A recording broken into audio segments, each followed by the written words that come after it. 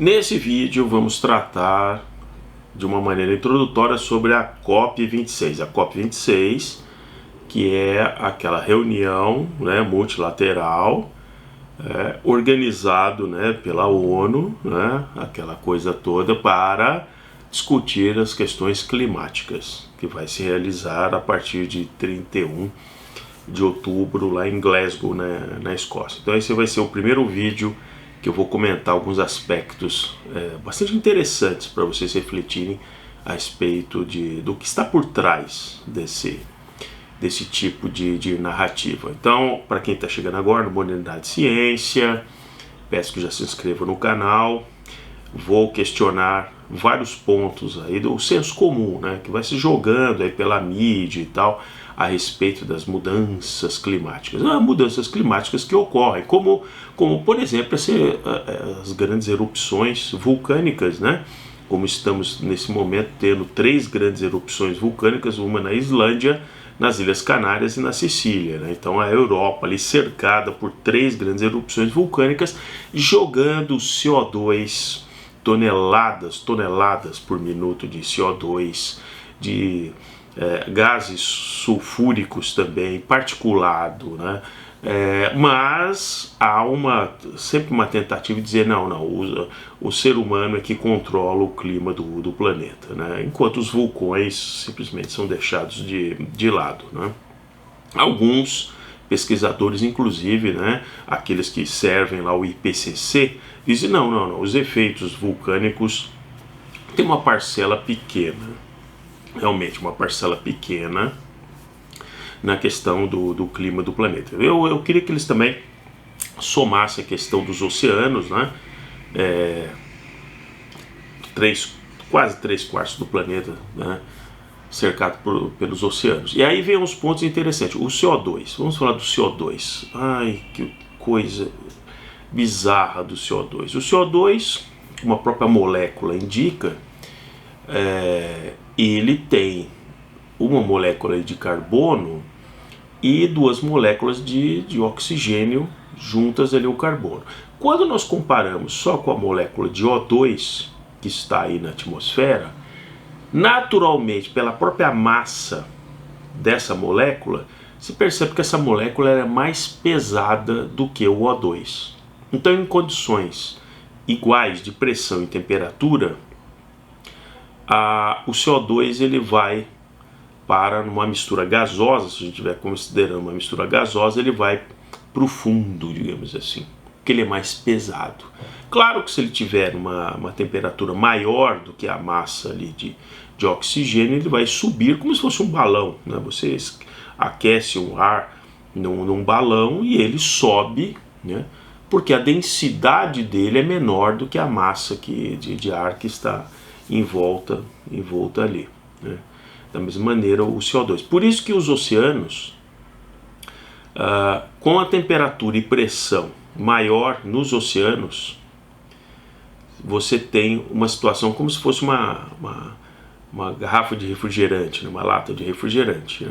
Você tem ali um ambiente mais gelado, com maior pressão. Então, sob um certo aspecto, o oceano, ao capturar o CO2 que está ali na interface da atmosfera, aquele CO2 ele se mistura com a água, e à medida que ele se esfria e também vai adquirindo maior pressão, o CO2 vai se depositando ali cada vez mais profundidade, na profundidade maior. Então, nos oceanos, nas profundidades maiores, existe uma quantidade enorme de CO2 que está dissolvido ali na água dos oceanos. À medida que a superfície e aquilo vai se aquecendo, o CO2, como se fosse uma lata de refrigerante que você abre, você naquele momento a temperatura está igual, a temperatura não mudou, mas você, ao abrir a lata, você mudou a pressão. Com a pressão atmosférica ali naquele momento é muito menor do que a pressão na lata, o CO2 começa a sair ali do líquido, saindo da infusão no líquido, passando para o ambiente gasoso. Agora, voltando à questão da COP26. É uma conferência que ela está esvaziada. Xi Jinping não estará lá, o Putin não vai, o Biden irá, mas ele não tem nada na mão, porque os próprios americanos, o Congresso americano disse, olha, você vai lá se comprometer com o quê? E aí que nós entramos nessa questão da geopolítica mundial, né? Todo esse engendramento, né, da COP26, dessas discussões climáticas, é muito mais uma questão política de várias nações tentando impor uma restrição energética para países que poderiam se tornar competidores, né? No cenário que nós temos hoje, com essa necessidade de energia muito forte, veja o preço da energia no mundo hoje, né? Do gás natural, do carvão, do próprio petróleo. Então a COP26 ela se esvaziou no tema, porque é muito bacana quando você está numa situação normal, você pegar uma série daqueles pesquisadores, cientistas que já prestam serviço para a ONU já há um bom tempo, né? Aqueles membros daquelas ONGs, aquela coisa, soltam aqueles relatórios, aí ficam filosofando, não, talvez até o final do século, com um aumento de temperatura de 3 graus, com tudo com aqueles modelos matemáticos, né? Tudo uma previsão, assim, uma coisa assim, é bacana a quantidade de CO2 que você vai emitir, enquanto os oceanos, vulcões, estão emitindo uma quantidade muito maior. Então você fica ali filosofando, em situações normais. Quando chegamos num momento como esse, em que o custo da energia está nesse momento, né, nesse preço, os países estão tentando se recompor de tudo que aconteceu no cenário pior da pandemia. Não dá simplesmente para você abrir mão do uso do petróleo, do carvão, do gás natural. Sinto muito. Veja no caso do Brasil, que nós já temos ali no Nordeste, por exemplo, 10% da energia eólica.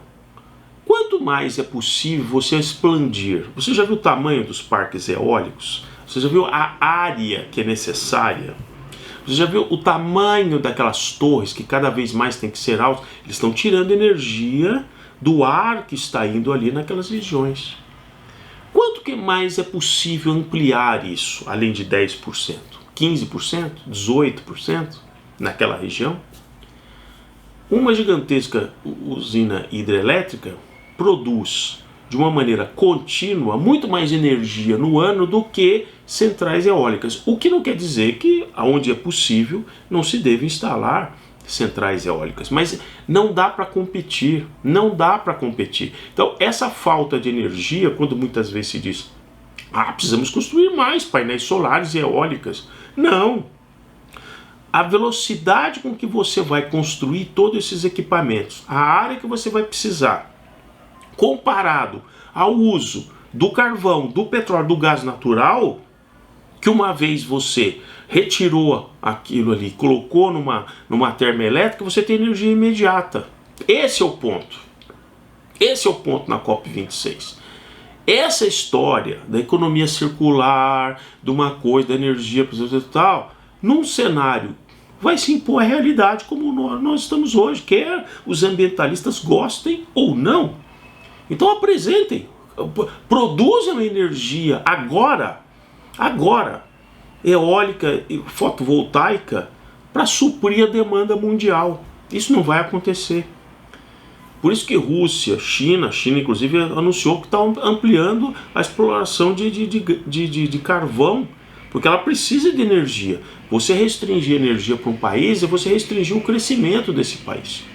Então, todo esse engendramento, os políticos, já há um bom tempo, eles por uma questão geopolítica, disseram para muita gente, não, pesquisador, você é cientista, você está acreditando no aquecimento e tal. Eles foram usando isso como realmente massa de manobra numa discussão política que foi muito interessante para eles, né? Até o momento que a realidade se impõe. Aí eles vão ter que dizer, olha, sinto muito ambientalista, sinto muito Greta Thunberg, mas eu preciso de energia já. Eu preciso de energia agora. Não dá para ficar filosofando com o que será, hidrogênio verde, outras coisas. Olha, pode até ser, você pode até continuar pesquisando novas tecnologias para produção de energia elétrica sobre outras coisas, pode até ser, mas já. Eu preciso de carvão, gás natural e petróleo. Então, esse é o primeiro vídeo dessa série que eu vou fazer nos próximos dias, à medida em que a tal da COP26 está ocorrendo. E vocês percebam, mesmo no Brasil, quem está lá? Prefeitos, governadores, parlamentares, até aquela senadora que disse que gostaria de se virar tapete, né, para o chinês pisar em cima. Então tá lá fazendo toda aquela, sabe, é marketing, puro marketing político. Desse pessoal, se você espremer, não vai sair nada, né? Aliás, né, temos aí, né, o governador e tal, que é aquela coisa toda. Como que vai lá para Glasgow? Com o seu jato particular, né?